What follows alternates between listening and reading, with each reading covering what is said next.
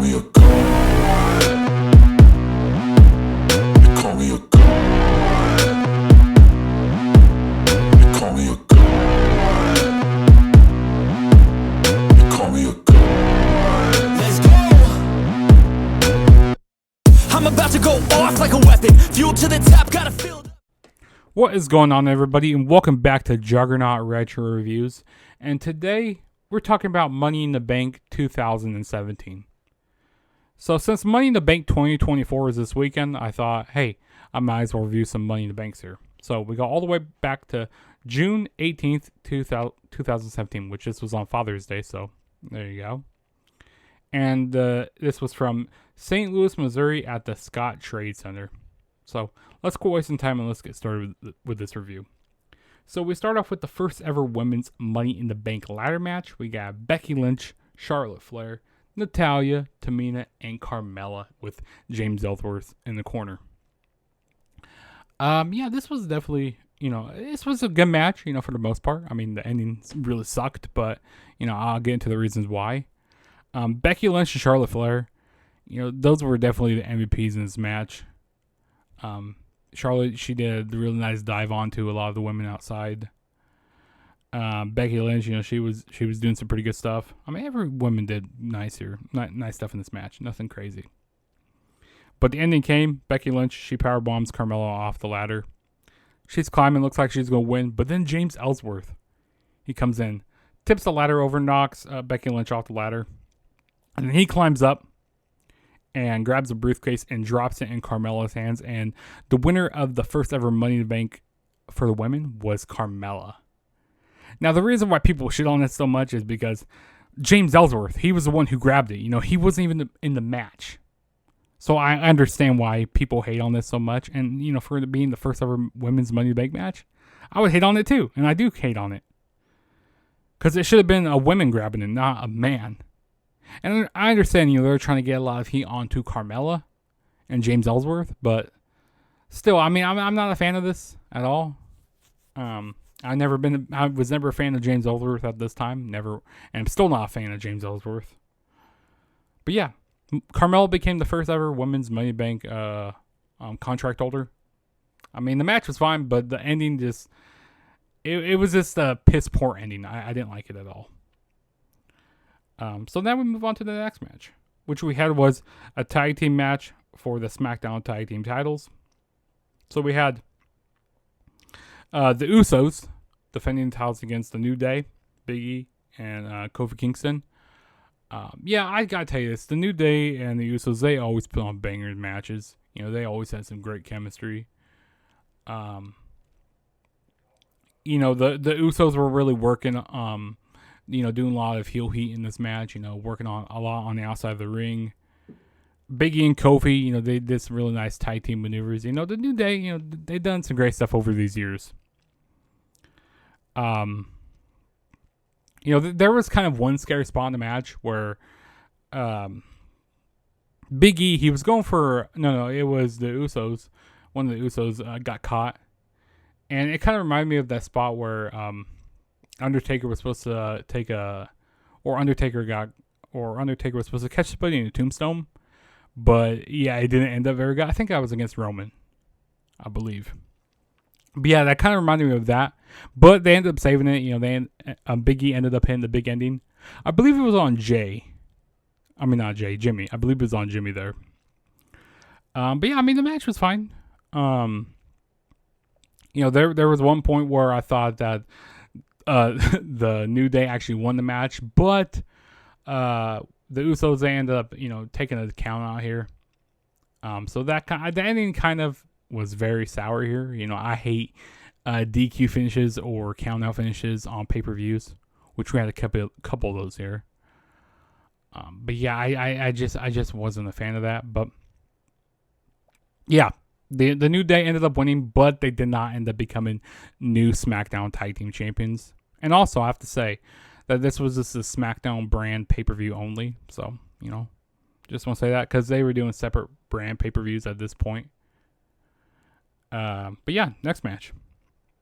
We go to the WWE SmackDown Women's Championship. On the line, we had Naomi defending the title against Lana, which this was Lana's first ever. This was her in-ring debut match.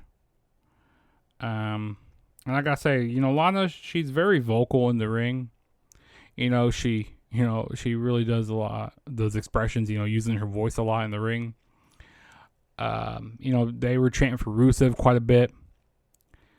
Lana was hitting a lot of snap suplexes, onto Naomi in the match, and they were on the ropes, which, the spots weren't looking very good at all.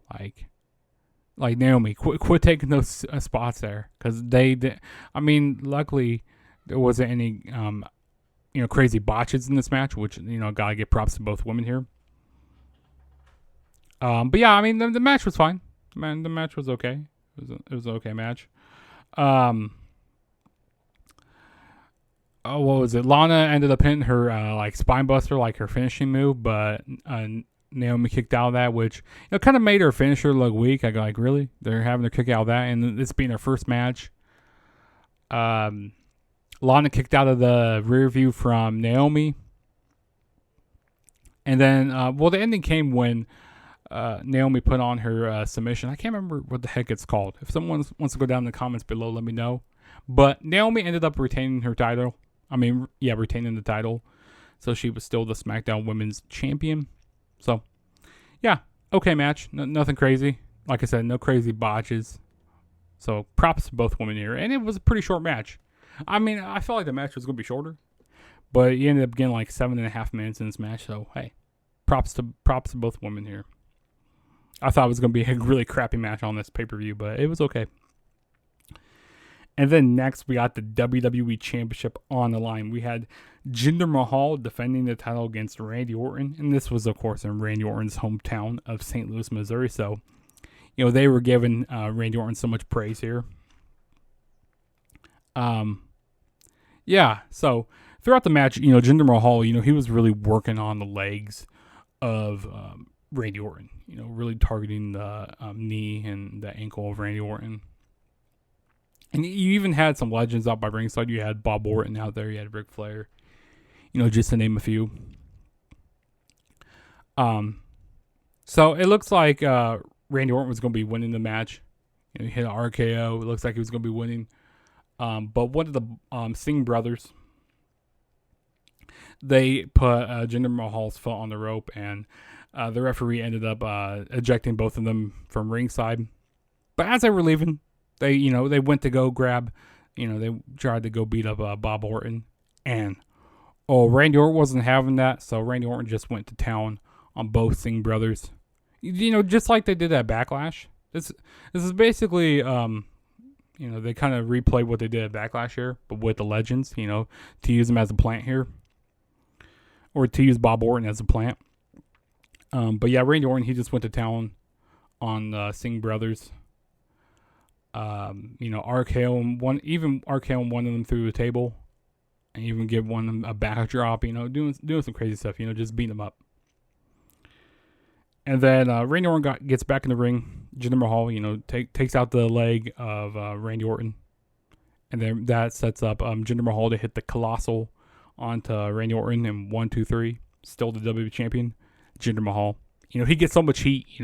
People are mad because they don't like him as WWE champion, and this is the hometown of Randy Orton. So, yeah, I mean, this just got more heat onto Jinder Mahal here. So, yeah.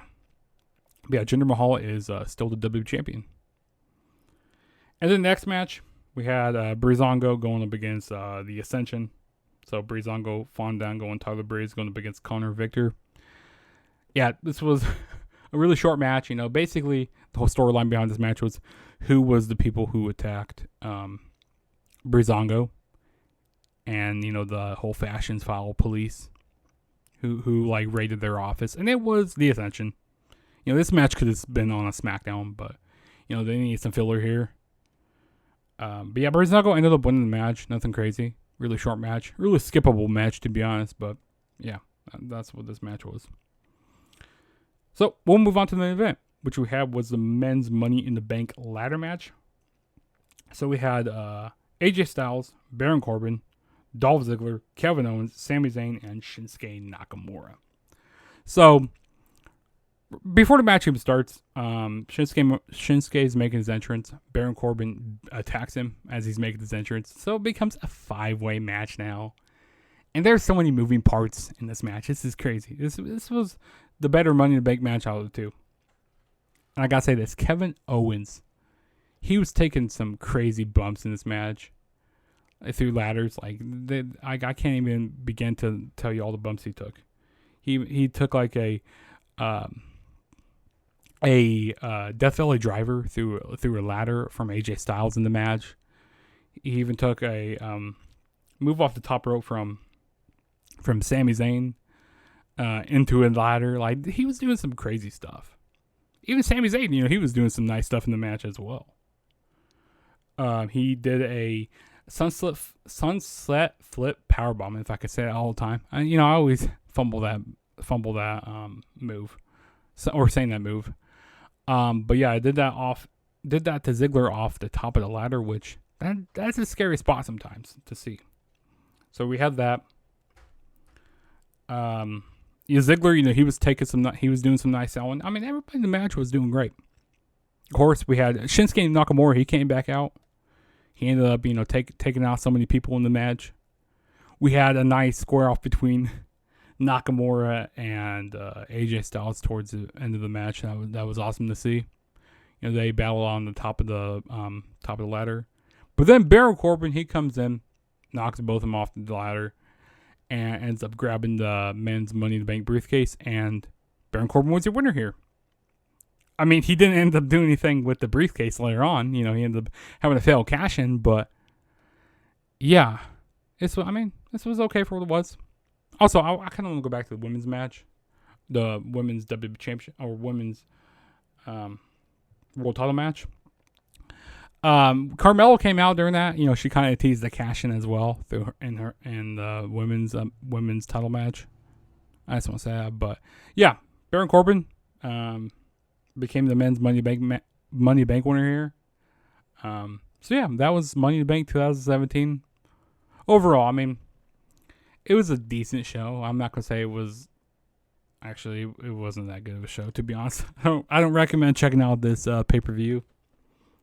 But I'll be nice and give it a C here. It gets like a C rating. If there's any match to check out, it's definitely the men's Money in the Bank match, or even the SmackDown Tag Team titles. Those are really the only. And then the women's Money in the Bank match. But the ending, like I said, it just wasn't good with James Ellsworth climbing the ladder and taking the briefcase. But yeah, that was Money in the Bank 2017. If this is your first time ever checking out my channel, hit that subscribe button. That really helped me out a lot.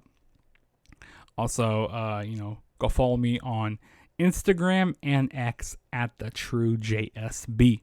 That'll be down in the description below. And also, turn on the notification bell to be notified every time I make a new video. And like I said, subscribe, like, comment, hit that like button, to help out videos in the algorithm. And this is your boy Juggernaut saying peace out. And I will catch you guys in my next video.